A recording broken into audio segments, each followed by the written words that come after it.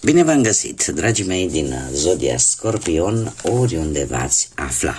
Bine ați venit tuturor pe canalul meu, Taroturilor de Loto. Numele meu este Nina, pentru cei care nu mă cunosc. Și, desigur, ca de fiecare dată mă bucur să vă am alături la fiecare lectură. Atât pe dragii mei abonați, cum de asemenea și pe cei care poate sunteți pentru prima oară aici pe canal. Azi voi face o lectură generală pentru luna februarie, așa că, dragilor, toți cei care aveți soare, lună, Venus, ascendentul în Zodia Scorpion, atunci această lectură este de asemenea și pentru voi. Și înainte de a începe, cum v-am obișnuit, trebuie să vă readuc aminte că voi sunteți stăpânii propriei voastre vieți, voi vă construiți viitorul, așa că vă rog din suflet să luați decât mesajele care rezonează cu voi, iar restul lăsați-le să zboare în univers, pentru că sigur sunt pentru alte energii, alte persoane care, într-o mai mică sau mai mare măsură, au o legătură cu Zodia Scorpion. Și, dragilor, așa cum v-am obișnuit, cei care mă urmăresc știu deja care este prima mișcare, și anume vom scoate din acest minunat oracol al frunzelor de ceai, mă scuzați, câte o carte pentru fiecare săptămână a lunii februarie, în așa fel încât să avem așa o viziune de ansamblu cam ce ar putea să vină pentru voi. Haideți să vedem că ne mai lipsește o carte. Bun. Și haideți să vedem cu ce vine prima săptămână din februarie. Și avem cortul care ne spune că e o situație temporară. Este ceva care se va întâmpla. Acum, cartea în sine nu-mi spune că este ca un fel de surpriză sau ceva care încă nu se dezvăluie, dar va veni o situație în prima săptămână întreagă a lunii lui februarie, undeva de pe 3 februarie până pe 9, posibil, o situație, dar e o situație temporară, nu este ceva de durată. Și avem în a doua săptămână inelul. Unii e posibil chiar să aveți așa o cununie civilă sau să programați poate data anunții, ceva romantic, sau unii dintre voi, alții poate, să reușiți să faceți o înțelegere, să semnați poate un contract, să aveți așa propria afacere și să faceți o asociere foarte bună pentru voi pe termen lung sau o înțelegere benefică pe termen lung de asemenea. Cea de-a treia săptămână, vine cu coroana. Se pare că în sfârșit veți fi apreciați. Va veni o situație în care onoarea, respectul, în sfârșit vin către voi, vi se recunosc anumite merite. Îmi cer scuze pentru bâlbâială, mi se mai întâmplă atunci când vorbesc foarte mult. Sunt defectele meseriei, ca să zic așa. Revenind în a treia săptămână, cum am mai spus, vi se vor recunoaște meritele, poate la locul de muncă, sau veți obține în sfârșit acel respect de care aveați nevoie, sau pur și simplu ceva vă va mângâia așa acolo un pic orgoliul. Și nu mai spun, deja a patra săptămână avem V de la victorie. O victorie în ceva la care nu v-ați fi așteptat. Așa că, dragilor, cred că este printre puținele dăți în care, în sfârșit, pentru voi vin numai cărți pozitive. Și nu vreau să fiu părtinitoare vis-a-vis de celelalte zodii, dar știu că mulți dintre voi, și în special și aici la fel nu vreau să fiu părtinitoare, pur și simplu țin cont de anumite caracteristici ale zodiei Scorpion, dar știu că multe doamne se chinuie tare mult să obțină multe lucruri și probabil că nimic din ce v-a dat viața nu ați obținut pe calea aia ușoară. Întotdeauna a trebuit să luptați și eu zic că a venit momentul să vă și bucurați de tot acest efort. Un lucru important pe care trebuie să vi-l mai spun, relaționat cu ultima săptămână unde avem victoria vis-a-vis de o anumită situație, trebuie să știți că pe data de 28 februarie vom avea a 7-a planetă, îl vom avea pe Mercur, care se va adăuga la cele 6 deja existente pe aceeași linie. Vom avea o aliniere de 7 planete, dragilor, un eveniment pe care multe generații nu-l vor mai prinde. De ce? Pentru că acest eveniment astronomic și astrologic în același timp va mai avea loc abia în anul 2492, așa că trebuie să profităm din plin toate zodiile, da? În acel moment. Dar despre acest lucru vom discuta atunci aproape, da? Voi face de asemenea câte o lectură pentru fiecare zodie. Acum noi revenim la februarie în general, da? Și haideți să vedem pe partea asta a muncii. Pe partea asta a muncii se pare, dragilor, că ați avut vise, ați avut tot felul de planuri, unele care poate erau mai puțin credibile că s-ar putea adeveri, da? În ceea ce privește viața voastră profesională, trebuie să vă spun că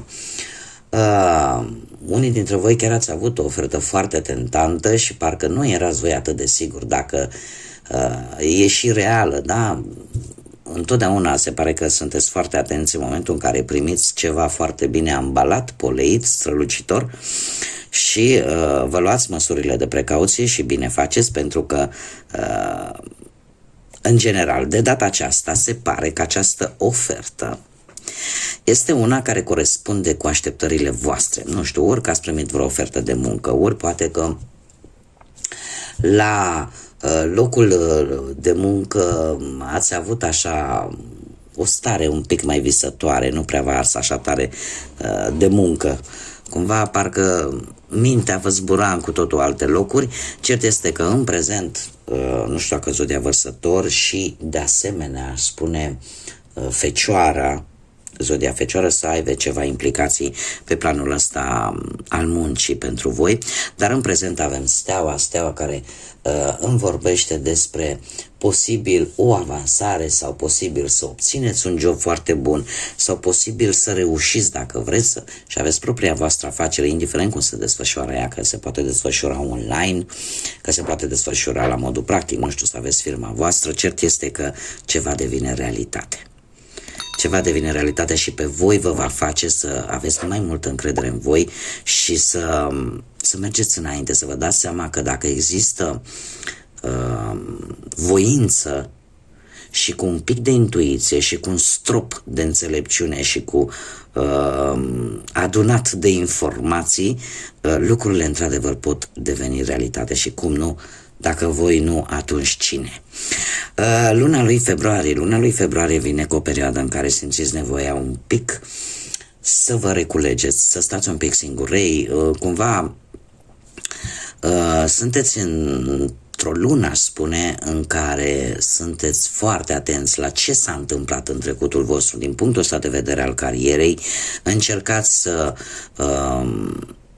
să luați acea înțelepciune din propriile voastre experiențe din trecut, iar pusnicul pe partea asta a muncii spune că nu vei vrea să schimbi neapărat în luna lui februarie, să schimbi neapărat jobul. Da? Cumva vei intra așa într-o ușoară stare de, nu știu dacă neapărat de blocaj, dar vei simți nevoia probabil de un pic de liniște, de un pic de nu vreau să acționez acum. Da, cumva e posibil să și oboseala poate, da, să vă cam... Și eu ar trebui să stați așa un pic, că, uite, mi-am adus aminte, de-a lungul întregului an, dragilor, aveți multe lucruri care sunt foarte bine aspectate, dar sănătatea este o zonă de care voi va trebui să aveți grijă. Da, și eu asta intuiesc, mie asta îmi spun cărțile, că pe partea asta muncii în luna lui februarie veți fi un pic mai retrași, veți fi un pic mai... E ca și cum ai zice, știi, vreau să-mi canalizez toată energia, să nu mai dau chiar totul, să încerc să te ponderezi, da? Și în felul ăsta să te recuperezi. De fapt este o stare latentă în a te recupera. în a nu te mai consuma din punct de vedere energetic și probabil că cumva și trecutul are o influență. De ce? Pentru că posibil să se mai fi întâmplat, să mai fi trecut prin astfel de stări și este modalitatea voastră de a vă regenera. Da, nu o să fiți voi chiar așa energici. Pe partea banilor, foarte interesant, dragii mei. Și asta este să vă spun de ce este atât de interesant. Avem aici un 7 de cupe, iar aici avem un 7 de spade. O legătură între muncă și bani. Acum, dacă stăm să le analizăm, cei 2 de 7 care deja au ieșit, asta îmi spune că trebuie să dați dovadă de înțelepciune și de foarte multă inteligență, dar în același timp să fiți hotărâți, să puneți limite acolo unde trebuie, să vă evaluați foarte bine situația într-un mod inteligent. 7 ne vorbește de o gândire foarte profundă, dar în același timp o încredere foarte mare în ceea ce ține de spiritual. Veți avea un puternic simț de observație și din câte văd eu aici, lucrul ăsta v-a ajutat. De ce? Acest 7 de spade îmi vorbește, mai ales pe partea banilor, îmi vorbește de anumite tentații. Tentații care e posibil să fie apărut la un moment dat în viața voastră, în care prețul ar fi putut să fie chiar integritatea voastră, cinstea voastră. E posibil, nu știu, cineva să fi încercat poate să vă înșele cu o anumită sumă de bani sau să vă deposedeze practic printr-o metodă sau alta de o anumită sumă de bani. Doar că din câte vedem aici, exact ce v-am mai spus, inteligența, spiritul de observație au fost la cote maxime și e posibil pentru unii dintre voi chiar să nu se fie ajuns aici, să fi putut să evita lucrul acesta și mai ales când e vorba de integritatea voastră, de cinstea voastră. 4 de monede în prezent îmi spune că sunteți foarte strânși la pungă, sunteți foarte... Vă gândiți că ce ați reușit să obțineți, ați obținut cu muncă grea și cunoașteți valoarea banului, iar de asemenea 4 de monede îmi mai spune că situația voastră în acest moment este destul de stabilă și nu-ți mai plac riscurile inutile. Pentru tine stabilitatea materială, cel puțin în acest moment, este foarte importantă. Cumva eu aș spune că chiar dacă nu sunt probleme, totuși și nu cred că o să o faceți, pentru că de obicei cartea asta vine și cu un sfat și acela de a nu te gândi că totul se rezumă la bani, dar nu este cazul. De ce? Pentru că voi sunteți aici în luna lui februarie, dragii mei, cu acest rege de cupe, care îmi spune că cheltuielile voastre vor fi mai mult unele emoționale decât raționale și întotdeauna mergeți pe ideea asta karmică, că ce s-a dat se va întoarce. Deci nu veți fi în poziția în care să ziceți, domne,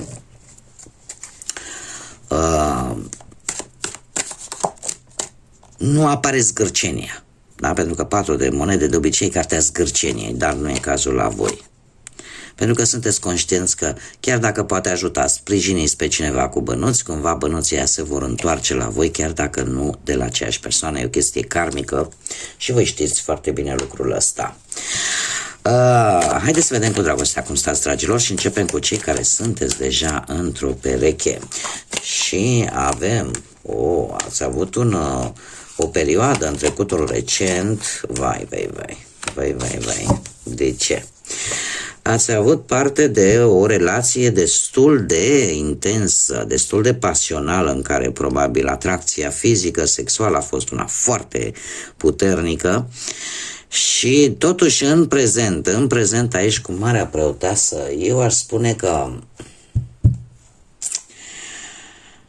Este ceva magic posibil între voi. Stați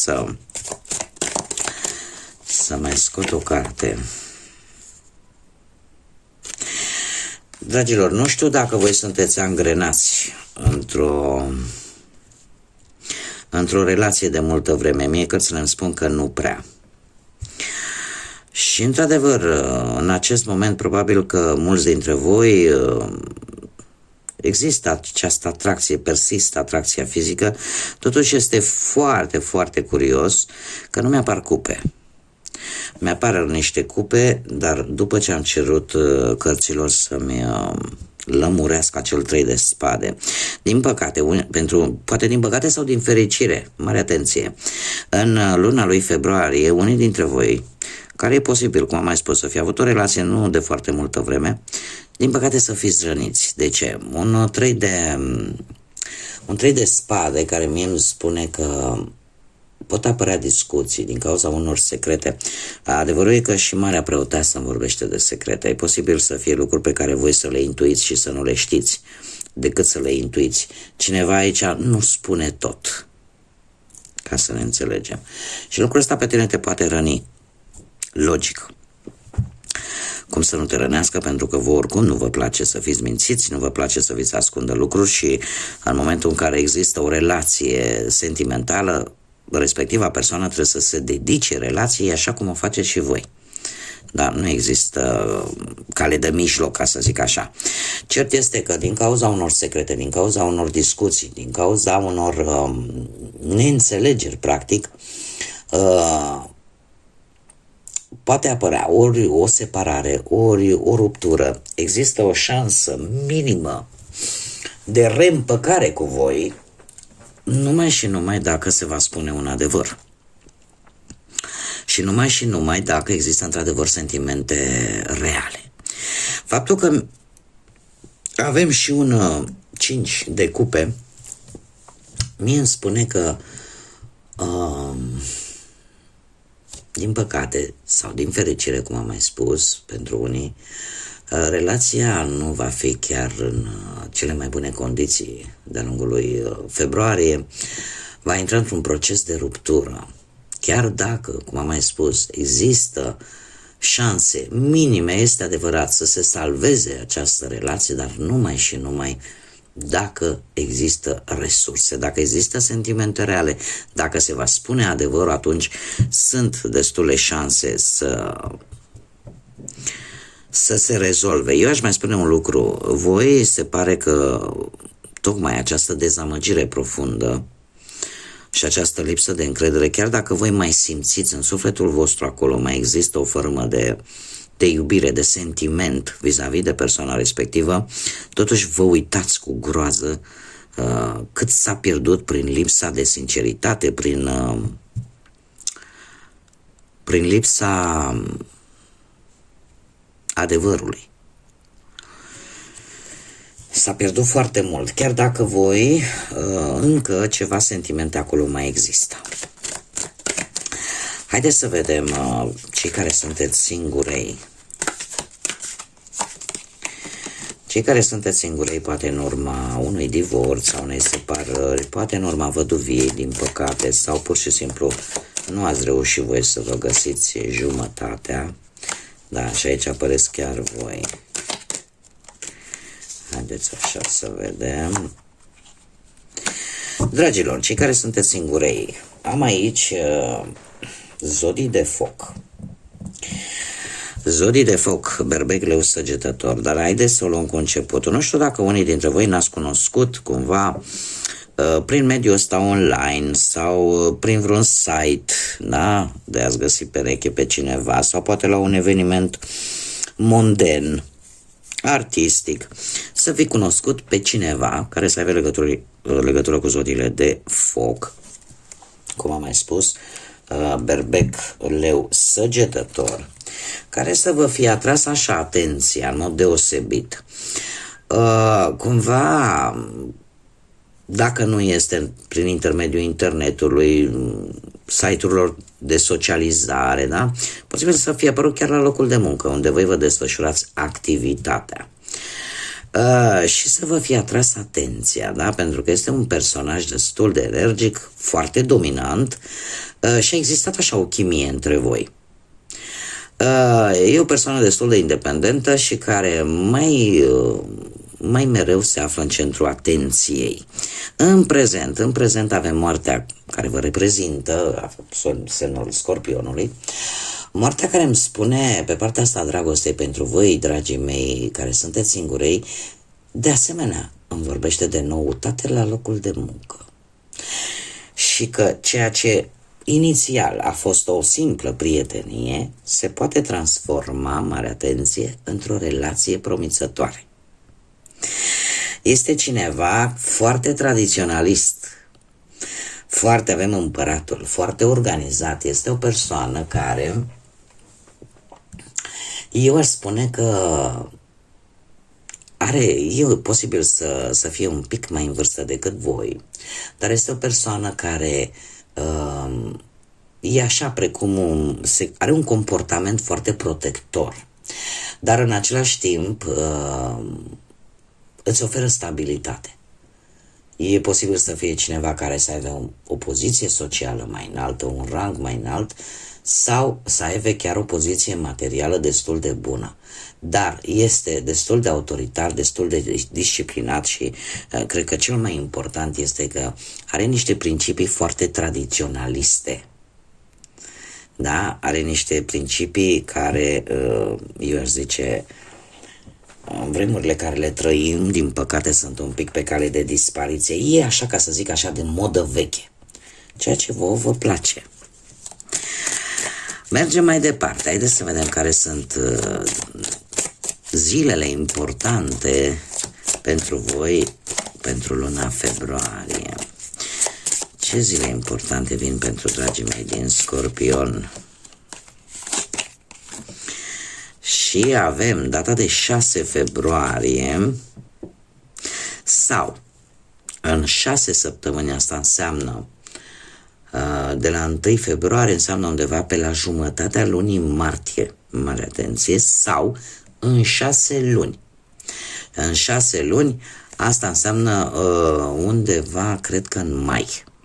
Ce se întâmplă? Ceva ce are legătură probabil cu zodia Fecioară, sau, dacă nu vorbim strict de cineva care are legătură cu zodia Fecioară, trebuie să vă spun că e vorba despre niște rezultate pozitive. În aceste perioade pe care tocmai le-am precizat înainte, voi veți culege roadele unui plan la care voi ați muncit. Atunci veți culege roadele. Vai, ce mă bâlbâi, îmi cer mii de scuze. Da, ori data de 6 februarie, ori pur și simplu în 6 săptămâni sau în 6 luni. De asemenea, mai avem data de 4 februarie, importantă, sau în 4 săptămâni sau în 4 luni.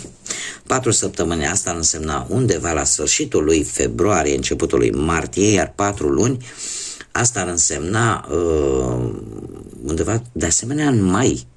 De data aceasta avem zodia Rac, care ne vorbește de sentimente. De sentimente, nu știu dacă nu cumva are legătură cu familia, vei avea în sfârșit un echilibru poate la nivel familiar sau vei acorda o atenție mult mai specială unei anumite situații în relația voastră sau pur și simplu vei avea parte de ceva armonios în familie. Dar sunt date importante pentru voi. Haideți să vedem inițiale de nume, prenume, pseudonim sau pe porecle de persoane cu care voi veți interacționa și care posibil să aibă o anumită importanță pentru voi de-a lungul lunii februarie. Și avem litera Y, litera G, litera H,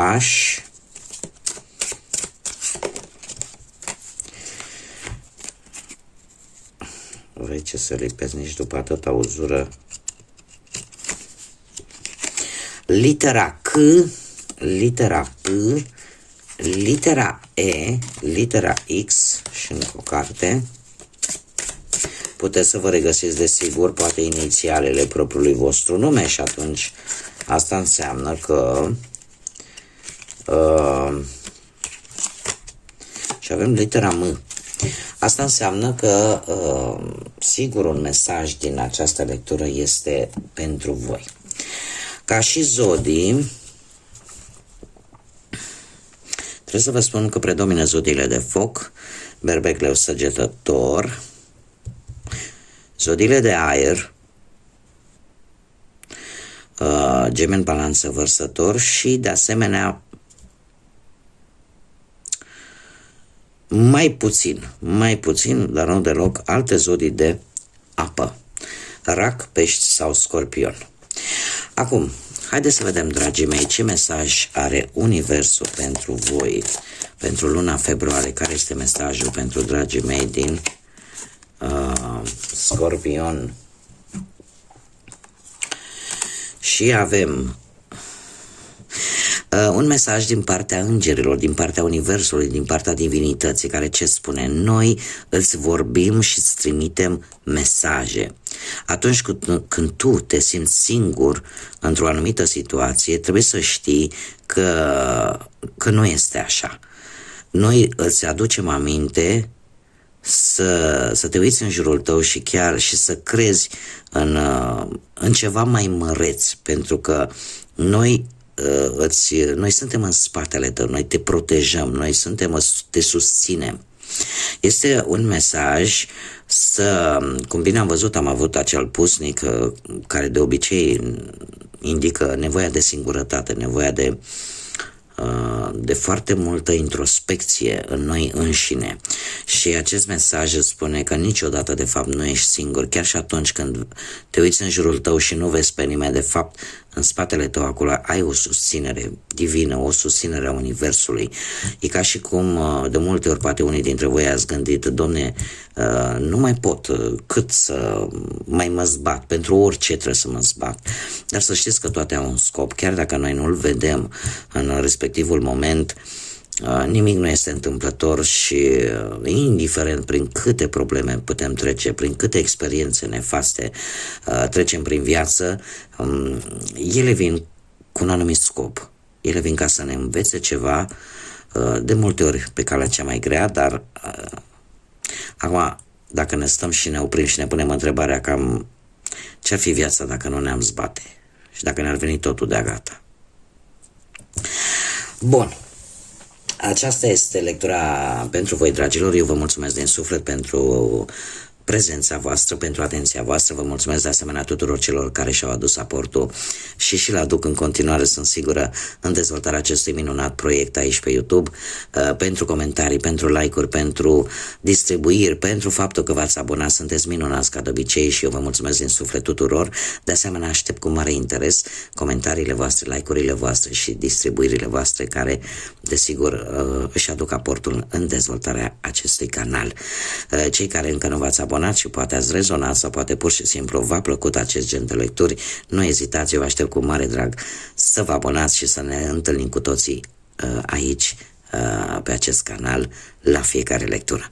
Un februarie cât mai liniștit, un februarie plin de reușite, un februarie plin de multă energie pozitivă și de multă putere, pentru că știu că voi puteți și fie ca lumina să ajungă în suflete și în inimile voastre.